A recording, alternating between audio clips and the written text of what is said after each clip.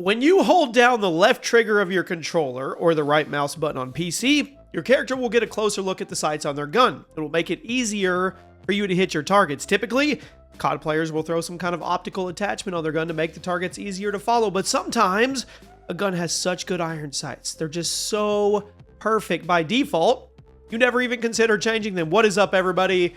Jimmy or Chaos. Today is an updated list of the 20 best iron sights in COD history. So you let me know in the comments what you think the best COD iron sights of all time are, or you can let me know one if I missed one. If you want to call me out, that's okay. Drop a like on the video. Make sure you're subscribed. And yes, I read every single comment on every single video. At number 20, the TAR-21, Modern Warfare 2, 2009. Now, the TAR-21 wasn't seen as a top tier pick back in the classic MW2 days, but it was the first appearance of the TAR in COD history, and I still think it's one of the smoothest versions of this gun that we have ever had in our hands. It's closest in performance, if you ask me, to the ACR. I mean, if I look back on it, which I do a lot.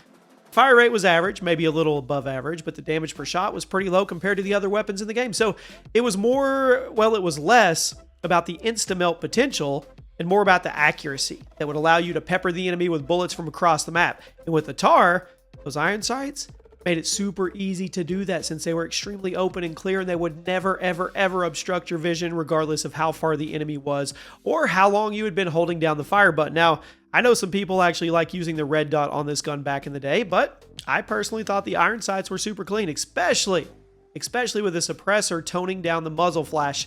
Perfect way to kick off today's list. Guys, before we move on, do me a favor. If you remember a while back, I launched a Call of Duty Chaos channel, and I didn't really know what I was going to do with it, but I figured it out. I've decided to make it my Chaos Call of Duty Archive channel. I get people in the comments all the time. Do you remember that series you used to do back in Modern Warfare 3 or Black Ops 2? Do you remember the custom class setups? And yes and no. I have 16 years worth of content from this channel, so I thought it would be cool to re-upload all the old cool classic Chaos stuff over there with a little bit of commentary at the beginning of it, so I can kind of give my thoughts on present Jimmy versus whatever Jimmy's speaking into that microphone. I just put up the Deadpool class setup from Black Ops 2, and that was in 2012. So it's pretty cool to look back. If you guys want to join me over there, the link will be at the description, and I will pin the comment as well. It's the Call of Duty Archive channel. We'll start with me, and maybe down the road we'll start archiving and reliving other classic Call of Duty YouTube videos as well. At number 19, the MV4 in Infinite Warfare. It's one of the most hated assault rifles in COD history. It was the starting AR in Infinite Warfare, hands down the most popular gun in the game for the longest time, because Infinity Ward, they refused to nerf it, which is proof that Infinity Ward has always been stubborn about community demanded nerfs regardless of how they needed to, and it's also proof on how they're acting right now with Modern Warfare 4. Now, the fire rate, it was moderate. Damage was nothing special, but what made it so popular was the fact that it was brainless. Yeah, it was brainless. It took zero thought to use this thing because of that handling and the total lack of control, and even though the fire rate and damage weren't special, the time to kill was competitive in almost every scenario, so there really wasn't a reason to not use this or to use something else over this. And for the iron sights, they were some of the cleanest of the jetpack era.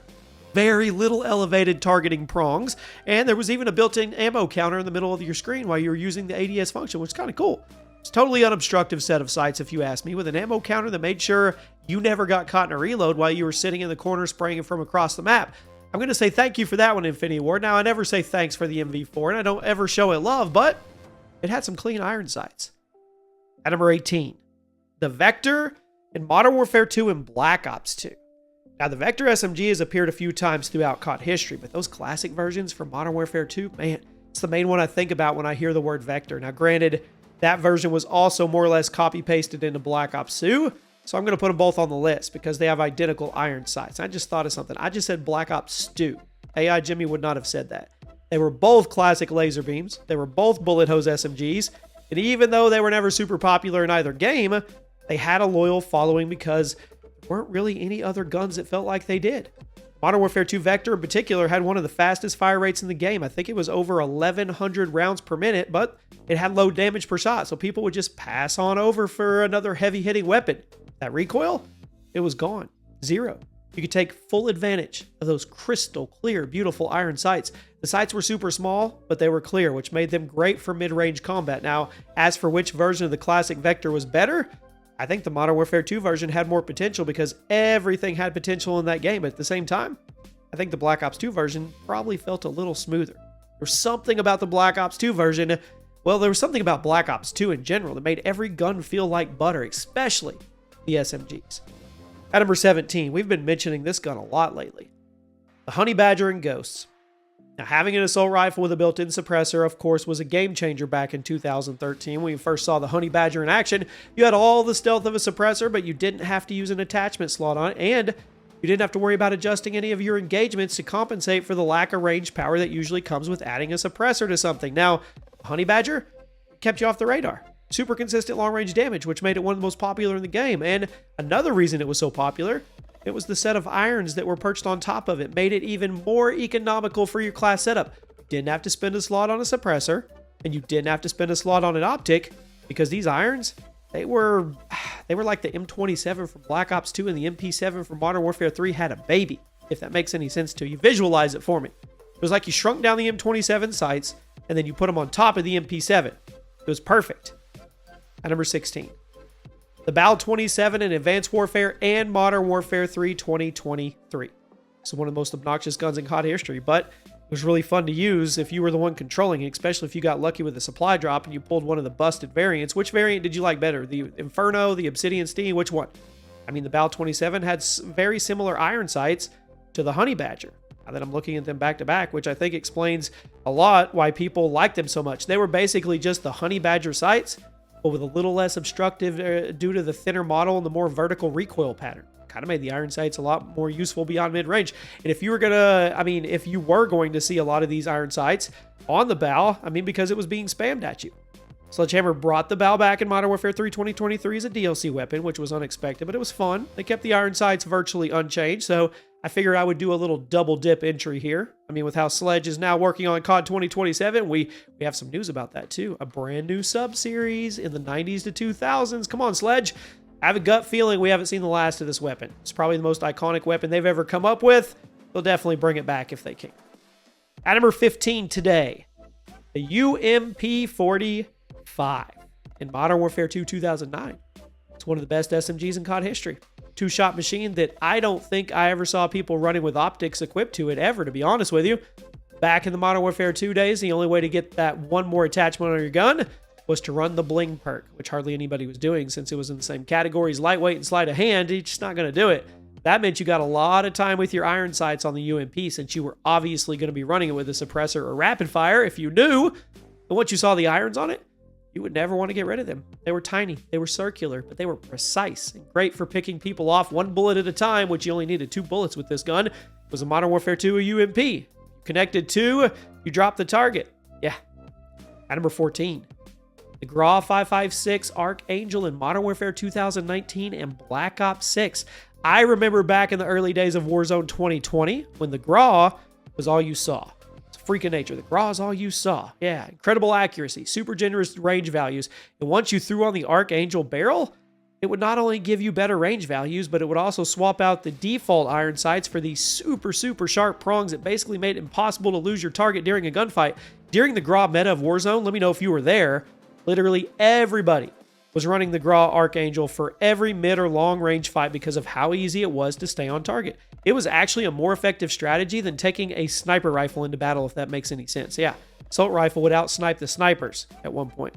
And even after the much-needed nerfs, the iron sights, they stayed the same. They absolutely belong here. Heck, it was so popular that Treyarch brought it into Black Ops 6 despite that being an entirely different sub-series. Think about that for a second. At number 13, the ASM-1 in Advanced Warfare. Now, the BAL may have been the more popular Advanced Warfare gun, but I would argue the ASM-1 actually had the better iron sights. Classic 3-prong design, yep. A lot of COD guns use that, MP7 being the main example. We'll talk about that one later, but it had a futuristic twist to it.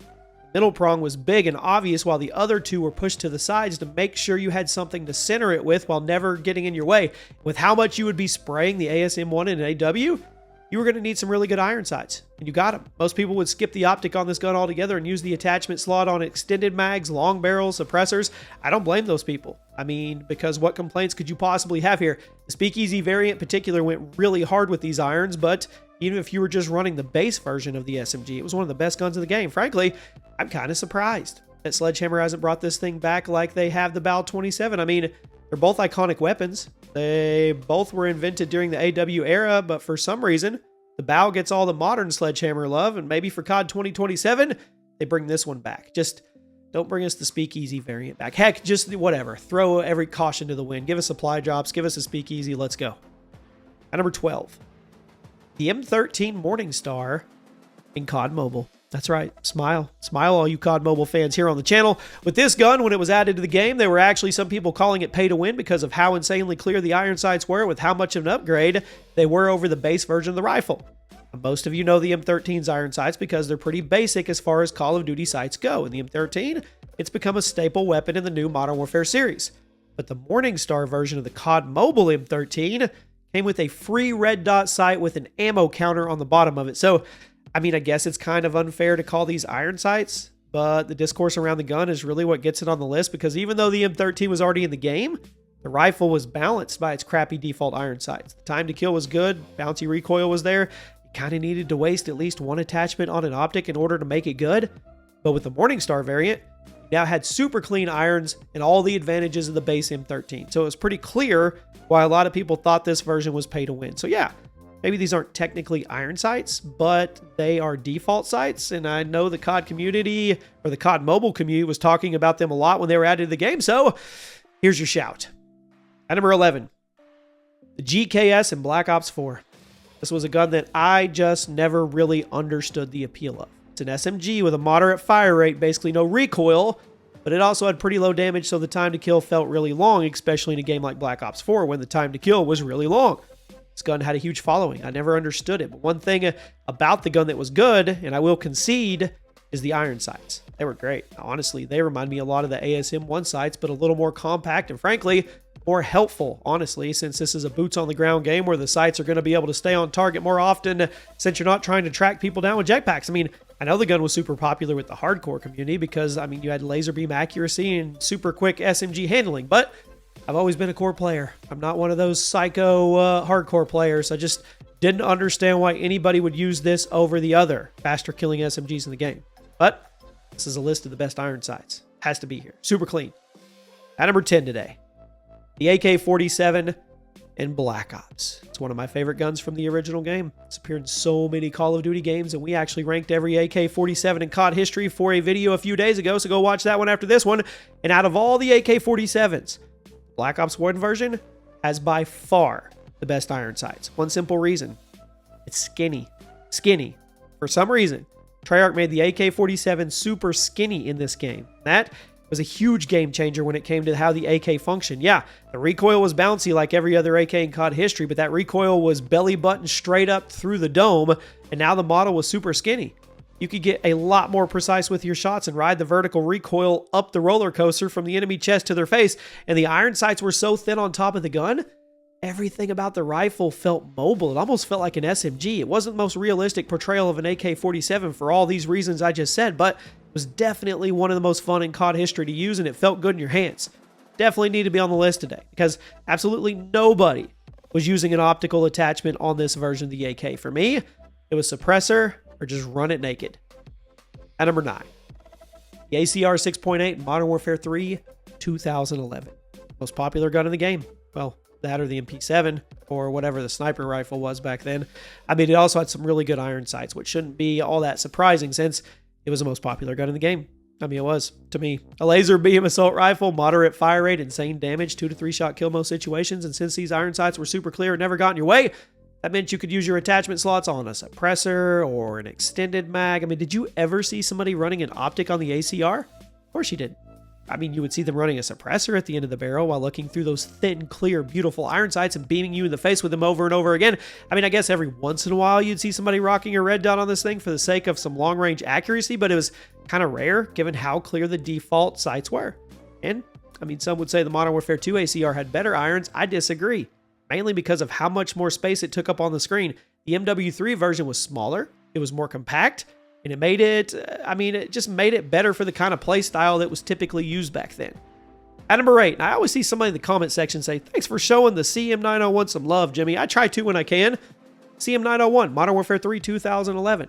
Might be a left field pick because it was never all that popular of a pick back in the classic Modern Warfare 3 days because of that recoil and the sheer dominance of the ACR. But if you ever used it like me, you definitely know. May have been one of the slowest fire rates in the game. Also had some of the most insane damage that made it a consistent 2-shot kill up to mid-range, and that was really something that you could use to your advantage. Now granted, the ACR was also a 2-shot kill up to mid-range and had no recoil and a better fire rate, but CM901, it was fun. It's fun to use if you wanted to shake it up, and like the ACR, it had some really good iron sights. I would honestly say they were slightly better than what the ACR had on top of it. You had a circle frame, it was wider on the CM, so you had better peripheral vision, and the prongs that you were using for targeting were a little bit thinner, which meant they could be more precise. Now, granted, the whole thing would bounce around a bit while you were firing, I know, and that could get distracting, but the irons alone, they were pretty good. This, I say it every time, this was such an underrated gun. At number 7, the MP7 in Modern Warfare 3 2011. I told you we'd talk about it again. 3 Modern Warfare 3 guns in a row. This game had some amazing iron sights, it did. And there's one that most of you probably remember. It's the iconic MP7 sight. You probably saw it in a million different lobbies and a million different Moab videos, and it usually had a suppressor on there. The MP7 was one of the best SMGs in COD history. It's not hard to see why. Fire rate, recoil, 0. Damage profile, generous. You would kill in 3 shots up close, 4 at range, and 5 from across the map, and this is an SMG, my friends. Yep. If you didn't get to experience it, I feel bad. I do. That kind of consistency with the weapon that had 0 recoil felt so good. The fire rate was almost 900 rounds per minute. The time to kill in every scenario was some of the best in the game. Most people would take advantage of the base TTK by using their attachment slots on things like suppressors, extended mags, rapid fire. Literally nobody ran an optic on the MP7. Partially because the other attachments were more helpful, but also you didn't need it. The iron sights were some of the cleanest in the entire Modern Warfare subseries. They were like vector sights, but a little bigger, a little easier to use at longer ranges, which was perfect for a gun like this where you would, be using it literally at every possible range. And even though the MP7 has appeared several more times in Call of Duty, none of them come close to the iron sights of the classic Modern Warfare 3 version. There's just something about the dimensions of the sight with the Modern Warfare 3 gun model. Chef's kiss. At number 6, the VMP in Black Ops 3 and 4. So even though this gun's reputation was destroyed by the Black Ops 4 remake, still had some good iron sights, still deserves to be on this list. It's one of your starting SMGs in Black Ops 3. Also one of the most popular SMGs in the game because of the versatility. Fire rate, it was high. Damage was moderate. It gave it an excellent time to kill in every scenario, but the trade-off was bouncy recoil. It meant you actually had to put some work into seeing the gun at its fullest potential, especially if you were going to try and use it beyond close range. Now, from mid, it was pretty powerful, but you would really have to get a handle on the recoil. But those iron sights, they had your back. Super clean. Sharp aiming prongs coming out the top of the gun that made it really clear where your target was in relation to you, and there was basically no obstruction on either side of the targeting prong. So you would never have to worry about losing your target while in motion. The Black Ops 4 remake, it brought back the irons unchanged. It did. It was honestly part of the problem since the damage was busted this time and the recoil was reduced. So if you actually managed to get your hands on that version, you dominated every lobby. But there you go. Great iron sights. That's what this video is about. Now we arrive at the top 5. These are the best of the best. The AN-94, Black Ops 2. It's one of the best examples of an amazing late unlock gun in COD, and Call of Duty so many times misses the gate or misses the boat on late unlocks. I would just think back to the FAD in Modern Warfare 3. What a grind. What was it, like level 70? And then you get the FAD. This was the opposite.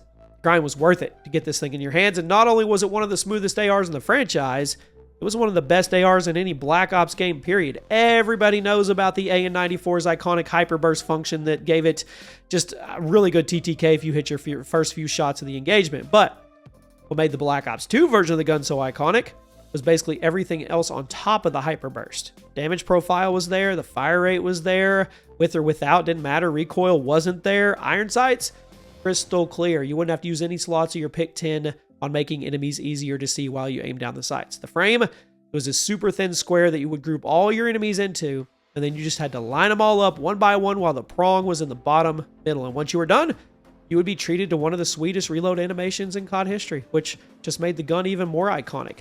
We don't get guns like this in COD anymore. Everything about the Black Ops 2 AN-94, it just reeked of coolness. And number 4, the CUDA. Black Ops 3.